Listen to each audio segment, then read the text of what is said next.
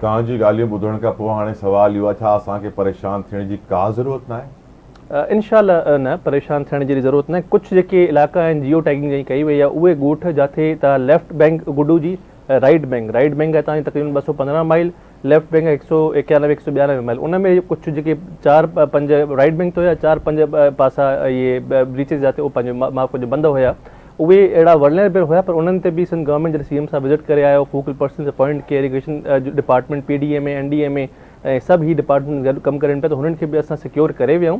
तव्हांखे मां ॿुधाईंदो, अक्सर माण्हू सम्झनि था त शायदि माज़ी वांगुरु ॿुधी वेंदो। सिंध गवर्नमेंट 2010, 2014, 2022 ॿोॾनि खां पोइ हमेशह हिकिड़ो नओं सबक़ु सिखी पंहिंजो पाण खे अपग्रेड कयो आहे। हे तव्हां शैंक बंदि तव्हां मिसाल खणो राइट बैंक ते, इहो माज़ी में 4 ऐं 5 लख जे विच में इहो तव्हांजो बंदि टुटी पवंदो हुयो। हीअं तव्हांजो 5.5 लख क्यूसिस जो गुज़री चुको आहे 24 अगस्त ते, कंहिंखे ख़बर बि न पई।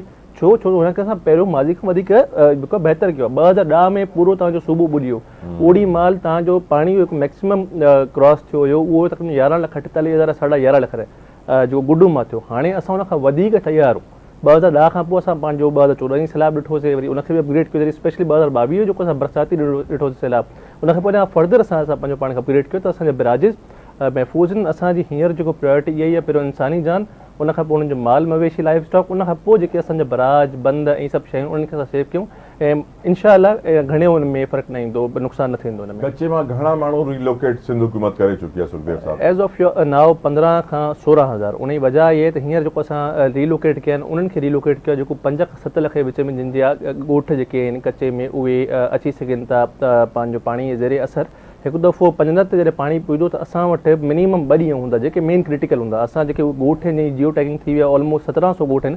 1658 चओ या ईअं कुझु, उनजी जियो टैगिंग करे उन्हनि में असांजा जेके तपेदार चओ, मुख़्तियारकार जो, असिस्टेंट कमिश्नर्स चओ, DCs चओ, विज़िट करे आहिनि, सभिनी खे इंफॉर्म बि करे आहिनि, भई तयारी तव्हां पकिड़े रखो इन केस पाणी जो प्रेशर मथां नथो घटिजे।